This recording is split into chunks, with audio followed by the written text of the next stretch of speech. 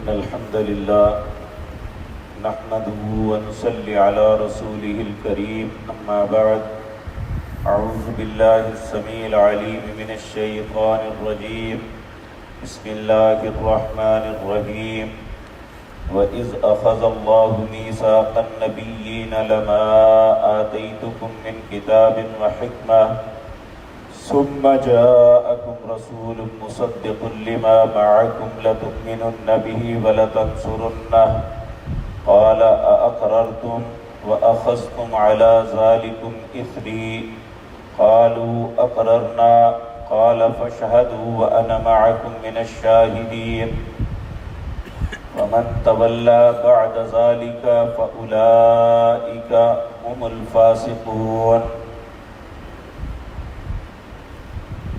حضرات محترم، کل کی مجلس میں دو باتیں عرض کی تھی۔ ایک بات تو یہ تھی کہ مَا كَانَ لِبَشَرٍ أَن يُؤْتِيَهُ اللَّهُ الْكِتَابَ وَالْحُكْمَ وَالنُّبُوَّةَ، کسی بشر، کسی انسان کے لیے لائق نہیں ہے کہ اللہ رب العزت اس کو کتاب اور فیصلے کا معاملہ دے اور نبوت سے نوازے۔ ثم یقول للناس کونوا عبادا لی من دون اللہ، پھر وہ لوگوں سے یہ بات کہے کہ تم اللہ کو چھوڑ کے میرے بندے بن جاؤ۔ یعنی کسی نبی نے آج تک یہ نہیں کہا اور نہ ہی کسی نبی کے لائق ہے کہ وہ ایسی بات کرے۔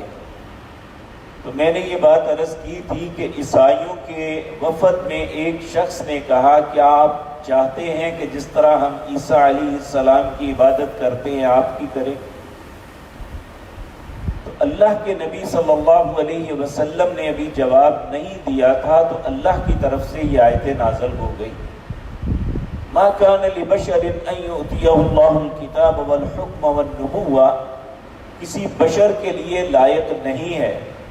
یہاں یہ بات یاد رکھیں کہ آج ہمارے معاشرے میں نبی کریم صلی اللہ علیہ وسلم کی ذات مطہرہ کے متعلق بہت زیادہ جھگڑا کیا جاتا ہے کہ ایک گروہ کہتا ہے کہ آپ بشر تھے، دوسرا کہتا ہے آپ بشر نہیں تھے۔ تو قرآن کریم میں کئی مقام پہ یہ بات آئی ہے کہ سورۃ کہف کی آخری آیت میں کہا قل، کہہ دیجئے انما انا بشر مثلکم، جس طرح تم ایک انسان ہو میں بھی ایک انسان ہوں، لیکن میرا اور تمہارا فرق یہ ہے کہ یوحا الی انما الہکم الہ واحد، میری طرف اللہ کی طرف سے وحی آتی ہے جو تمہارے پاس نہیں ہے، اور یہ ایک ایسا بڑا منصب ہے جو کائنات میں انبیاء کے علاوہ کسی کے نصیب میں نہیں ہے۔ تو اس اعتبار سے اگر فضیلت کا اعتبار دیکھا جائے تو انبیاء کی برابری کوئی نہیں کر سکتا فضیلت کے اعتبار سے۔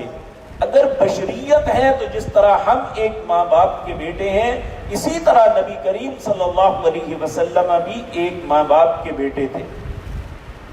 تو اللہ رب العزت نے یہاں بھی کہا مَا كَانَ لِبَشَرٍ، یہ بھی رسول اللہ کے متعلق کی لفظ ہے کہ کسی بشر کے لیے لائق نہیں ہے کہ اللہ اسے کتاب، حکمت اور نبوت دے۔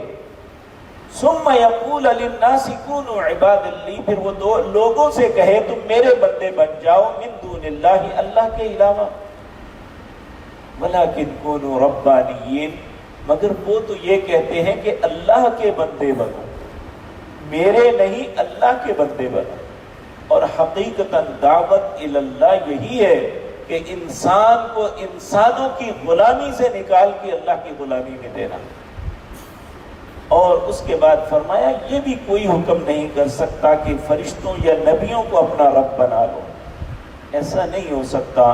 ایامرکم بالکفر بعد اذ انتم مسلمون، کیا وہ تمہیں کفر کا حکم دیں گے اسلام لانے کے بعد؟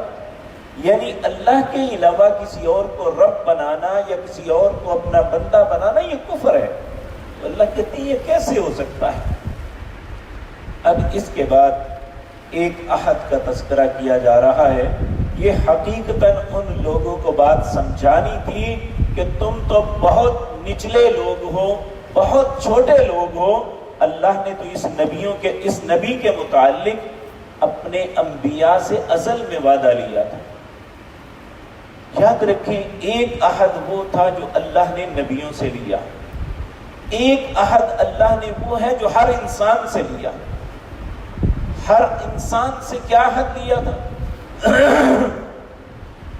وَإِذْ أَخَذَ رَبُّكَ مِن بَنِي آدَمَ، اللہ نے آدم کی ساری اولاد سے ایک ایگریمنٹ کیا تھا، ایک عہد لیا تھا۔ کیا عہد تھا؟ أَلَسْتُ بِرَبِّكُمْ، مجھے بتاؤ میں تمہارا رب ہوں یا نہیں ہوں۔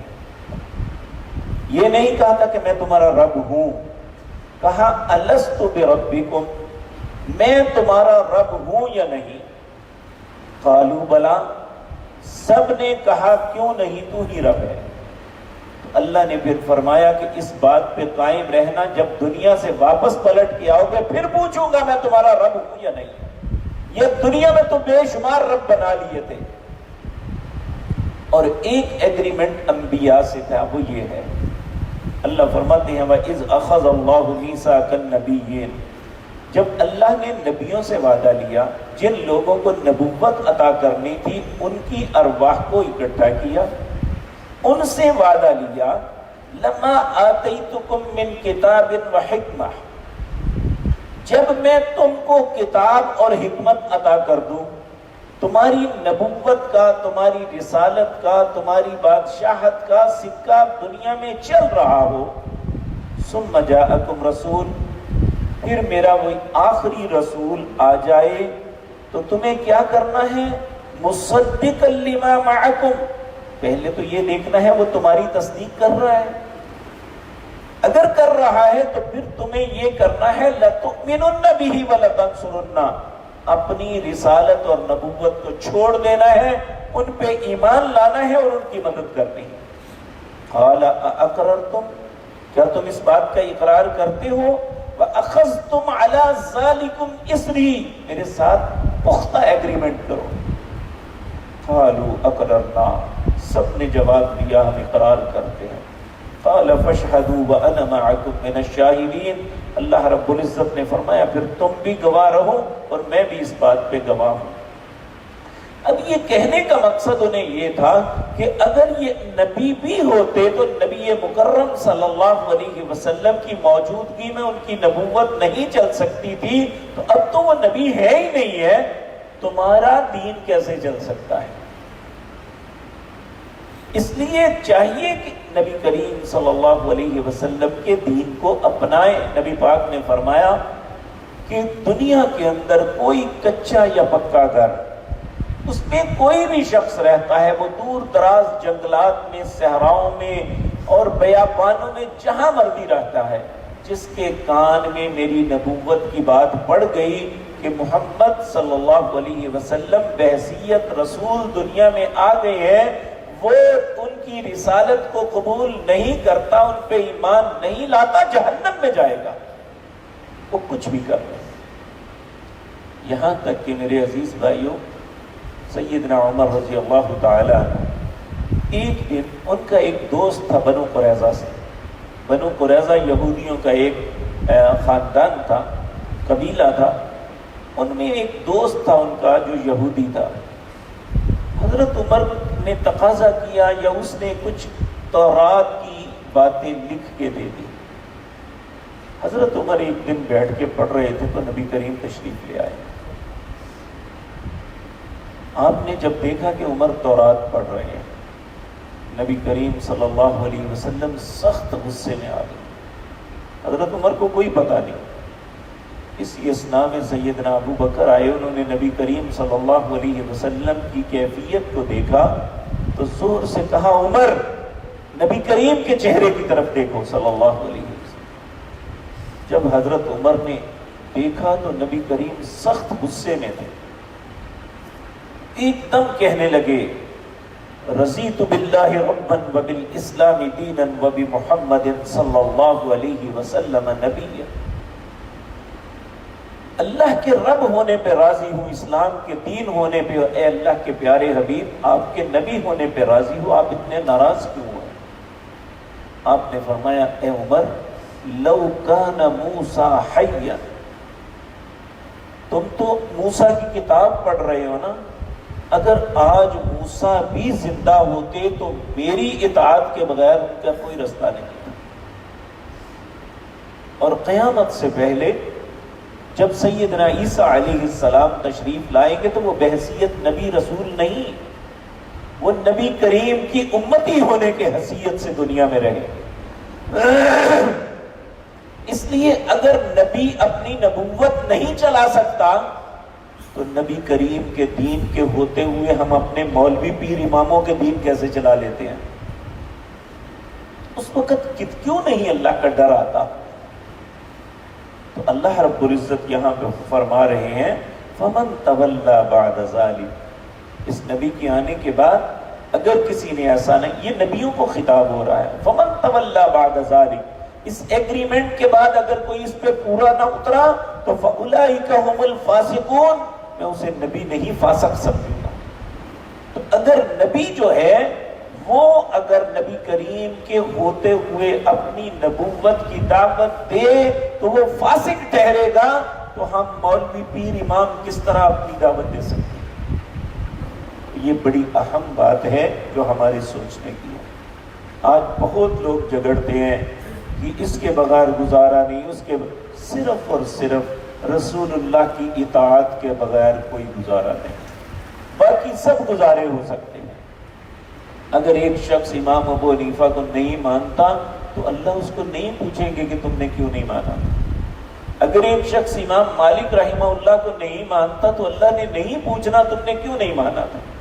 اگر کوئی امام احمد بن حنبل، امام جعفر صادق یا امام شافعی رحمہم اللہ ان میں سے کسی کا انکار کرتا ہے تو اللہ کے ہاں مجرم نہیں ہے۔ لیکن جو شخص نبی کریم کی رسالت کا انکار کرے گا وہ کافر ہو جائے گا۔ جو آپ کے دین کا انکار کرے گا، آپ پہ نازل ہونے والی کتاب کا انکار کرے گا، وہ کافر ہو جائے گا، وہ ایمان کی موت نہیں مرے گا۔ تو اللہ رب العزت ہمیں جب تک زندہ رکھے اپنے نبی کی فرما برداری میں زندہ رکھے، اور موت دے تو اسی پہ عطا کرے۔ اقول قولی ھذا واستغفر اللہ۔